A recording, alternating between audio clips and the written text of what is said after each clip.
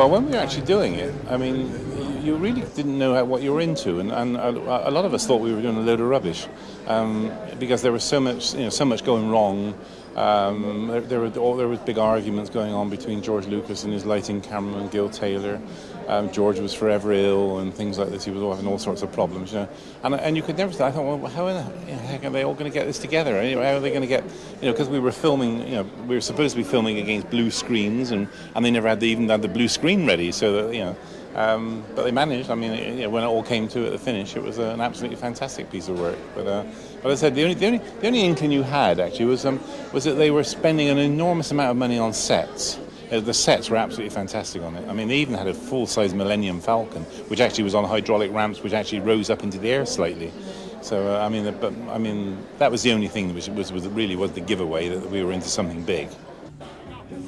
The fight scene itself was interesting. I mean, we had one which could have been a nasty accident where I sort of armed Sir Alec away, and instead of arming him into the wall, which is where I thought we were, I armed him up the corridor, as it were, and he went flying. Like, and everybody had to go and pick him up and dust him down, things like that. But no, it was quite easy. The only problem we had was with the lightsabers, because the lightsabers kept on breaking.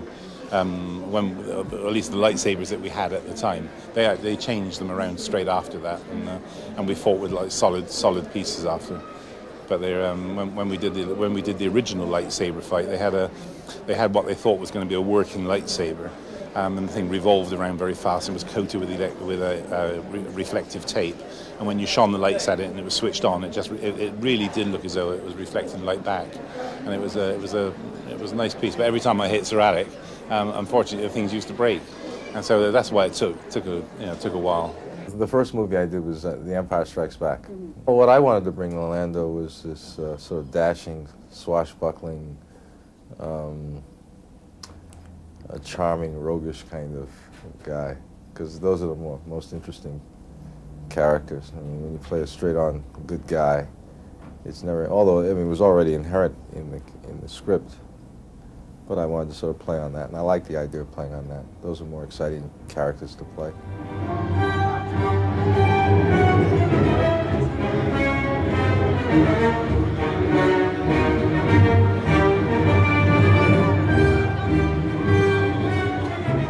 I'm very excited about it because it's always frustrating me to see things that aren't as provocative or interesting as they were intended to be when they were first released in a higher resolution medium. But now I think with this release, we've gotten as close to the film experience that you can get on VHS.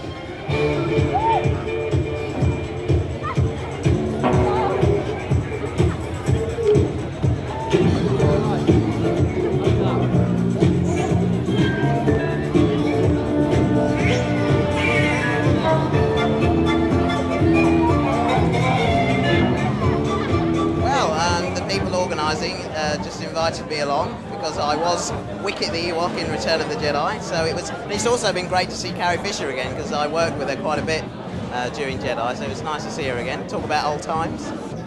It was very, very hard because we had a layer of foam covered in a layer of fur, and then they put the head on, and you were sort of in a mini sauna really, and we were filming out in America in temperatures of 80 degrees anyway. When we put all this lot on, it was stifling, and the eyes just kept misting up, so you couldn't see where you were going. It was pretty hard work, yeah. Well, we were all riding on the crest of a wave, Star Wars was this huge phenomena. We went into Empire, there was a sort of big party for us all before we even started the film. And then Irving Kershner came in and was a wonderful director, one of the nicest directors I've ever worked with. And of course, Empire Strikes Back turned out to be a huge success as well. I mean, it wasn't as big a success as Star Wars, but it was still a huge success. When I used to pick my little girl up from school, elementary school, these little kids who had seen the movie, right, used to say to me, "You betrayed Han Solo." And I said, "Oh, come on, wait a minute, let me explain this whole situation to you," right?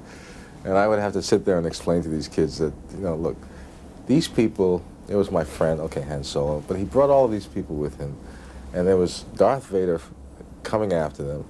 I had this whole place to myself, Cloud City, this whole incredible domain that I'd probably con somebody out of at some point. And I was very happy there. And all of a sudden, these people enter my domain, and all of a sudden, it just disrupted everything. And there's Darth Vader to deal with, and who can deal with Darth Vader? So I had to figure something out, and the only thing I could figure out to save them, where there was no complete demise. They were at least incapacitated for a moment, but they weren't completely out of the picture. I had to come up with something, some point of view, some idea that would save us all. I loved the Ewok village. I thought that was fantastic. What was it like being there? Well, yeah, they built that village in Elstree Studios in London, and it actually was built 40 feet off the ground. Now, the reason for that was to give the set depth, so they could shoot high but see down.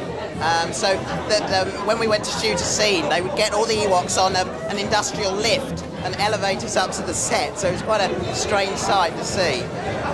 But it was amazing. The detail in it was fascinating. I'd love to have done the voice of Darth Vader. In fact, I was supposed to be going to do it.